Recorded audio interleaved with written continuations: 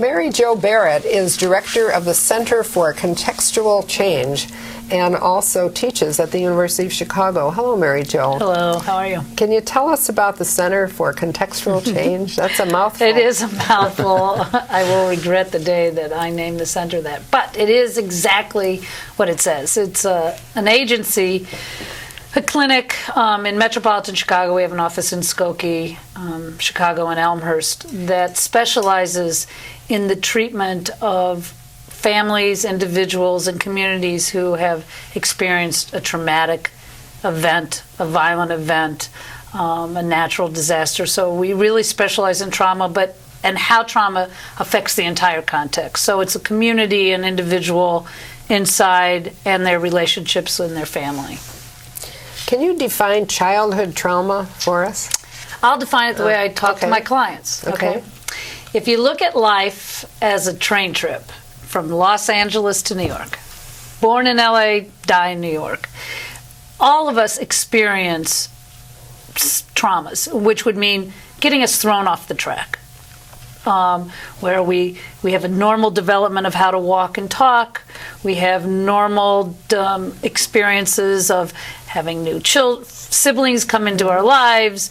And then there's some events that really throw us off track. And those are interruptions. And that's what a trauma is. It's really an interruption of our flow of development, whether it's physical development, emotional development, relationship development. So a death in the family is a trauma. A divorce is a trauma. Going to school and flunking could be a trauma because it knocks us off track from what we expect to happen. I'm certainly not saying that if you flunk a test, then you're traumatized for life. I mean, what we're really focused on at the center is traumatic. When we get thrown off tracks several times in our lives, in very short periods of time, or very dramatic getting thrown off the track. And even more important is when we're off the track, that in fact what happens to us off the track. Do we get supported by our community and our family to be put right back on track and start our path again? Or in fact, what happens when we're off the track is not being emotionally held, not being supported in a structural way and in a skillful way, and in fact maybe puts us on a track going someplace else. And so now we're all going in a different direction than what would we hope would be a helpful flow, and we're off that track. And then what happens is we're going someplace else and we get thrown off that track. So you could end up, if you kind of take the metaphor, going in circles, going backwards, going in different directions other than where you would intention or where your family's intention would be. So it's really not only just the traumatic event, it's also the response to the trauma.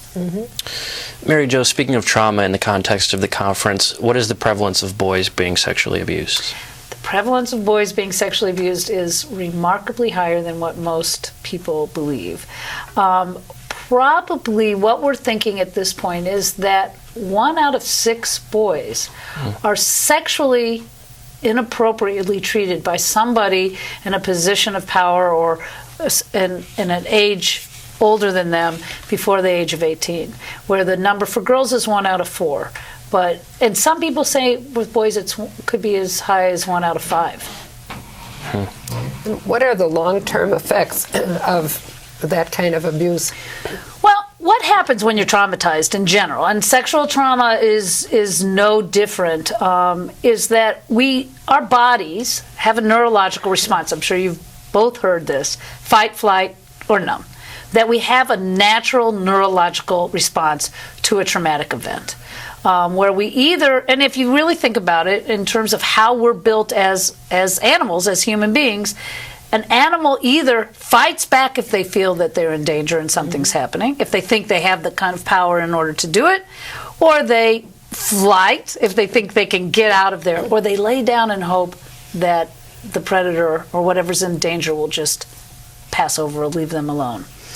And men tend to fight. or flight by, even as Kate was sort of talking about, getting out of there through alcohol, drugs, so they don't have to experience the pain. What happens to you when for both genders, is that when we're traumatized, it's more than stress. So it's not the stress part of our brain that gets lit. That's how I like to talk about it. So when your stress part of your brain gets lit, you go into problem solving. Okay, what do I do now? What do I do now? How do I handle this? When it's a trauma, and particularly when it's a sexual trauma, which is something that shouldn't be happening to a child by an adult who they care about, who hopefully they're attached to or that they respect or are putting their trust in, then the part of their brain that gets ignited is that fight, flight, or shut down or numb response or freeze. And for the most part, and this is for the most part, you can't make rash generalizations, but because of our culture, because of how men are thought to, don't let things happen to you, get out there, they tend to go more into, I'm going to fight this, I'm going to take care of this. Or the feelings of being powerless and out of control, which is also the normal feeling response, as Kate was talking about the feelings, or even Richard was talking about the feelings of being out of control when you're not working, that when you feel powerless or devalued or out of control, men tend to try to regain that by either taking control of another situation, taking control of a relationship, trying to elevate themselves to having more power, where women tend not to because of their culture and because how they're wired, really, both. And so they tend to go in, withdraw, numb, and find their power or their value in other ways than men do. Mary Jo, you started to touch on this, but how do symptoms differ between men and women? And then what's a good treatment intervention? Well, the treatment for trauma is really threefold.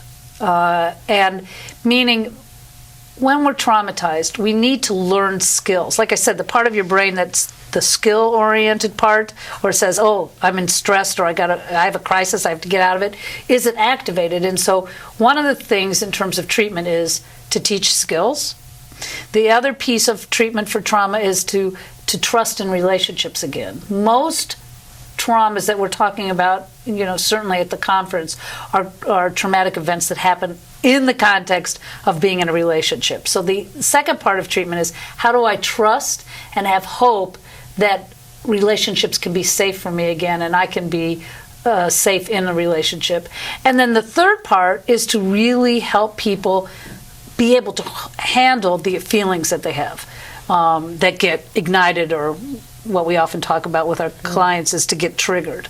And for men, what we're often talking about is their way of regaining power and control is often, like I said, to act out by either hurting the relationships they're in, so that they often, people who have been abused or traumatized as kids, males, often become violent, become really angry, I'm not being heard, I'm not being understood, really use some force, whether it's their emotional energy or their verbal energy or their physical energy to re-get control of the relationship. And men often will use drugs and alcohol as a way to do the numbing, to not feel what's going on, to not feel the fear. I mean, what most of us in the mental health field would agree is that anger in men comes from fear. That there's fear about, who am I powerless, am I out of control? And what I think so much of us forget about is that men also fear not being attached and not being in loving relationships and not being accepted. And so again, when they're afraid of not being valued and being connected in a relationship, again, they act out. And so the program has to be teaching skills on how to handle their impulse, teaching them how to be in relationships and to communicate, and teach them how to handle the feelings that happen inside. Well, Mary Jo, you're one of the discussion leaders. What will professionals get from your discussion group, and what will consumers get?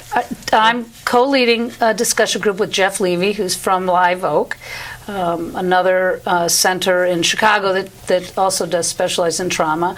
And the professionals, I think, will what they'll get is really understanding how do you integrate the treatment, like you asked about how complex it is, how to do all those things, teach all those different skills on all those different levels, and how to organize it. And the lay person, the consumer, I think will get some skills. Well, good. We'll look forward to seeing you at the conference. Great. Thanks so much Thank for coming you. by. Thanks, Mary Jo. Thanks.